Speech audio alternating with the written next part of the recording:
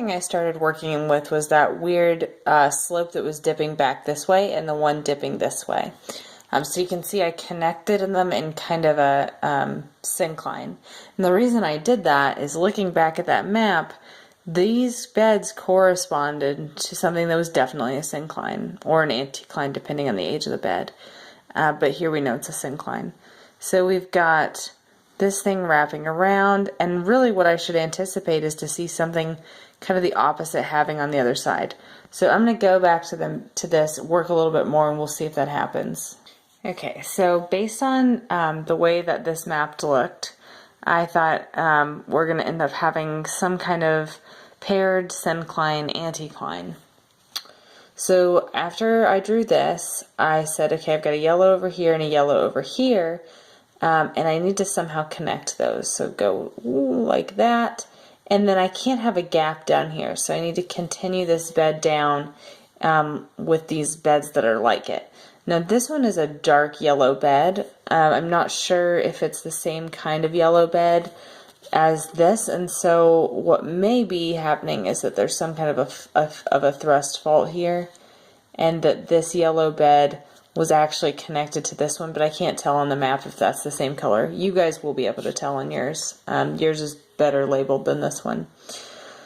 Okay, so now I'm to the point where I need to start sketching in these other layers. And looking on this map, it looks like, you know, they're just kind of phasing out from the syncline-anticline pair.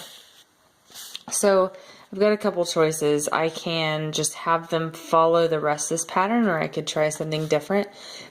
But when in doubt, if you don't have any extra information, you need to just allow the other beds to follow the bedding that you've already created.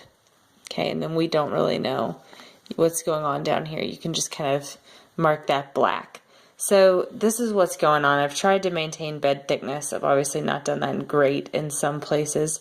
And what it looks like is maybe we've got a pretty large overturned anticline with some folds inside of it.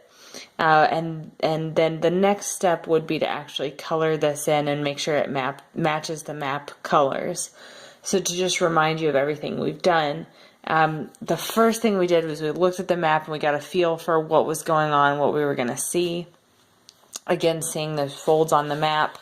And then we marked out the lines for our topographic profile. Once we had that, we sketched it in. We calculated our vertical exaggeration.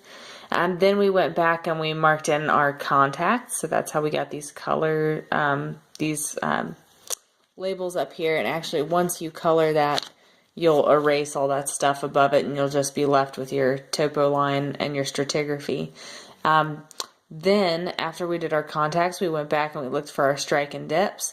Again, before you turn this in, you're going to erase this, and you're going to fill this horizontal in with your horizontal scale. So you're going to mark that as 2,000 feet, 4,000 feet, ... across there. And we made sure that we used these two formulas so that our dips were drawn in correctly, drawn on our profile correctly, I should say. And then we sketched in our layering in a way that, our stratigraphy in a way that made sense. So again, we maintained bed thickness, we followed our strike and dip, we didn't leave any gaps. And we said that if, you know, we don't have any strike and dip information for a bed right next to a bed where we do, then they probably are going to follow each other and be parallel. All right, good luck.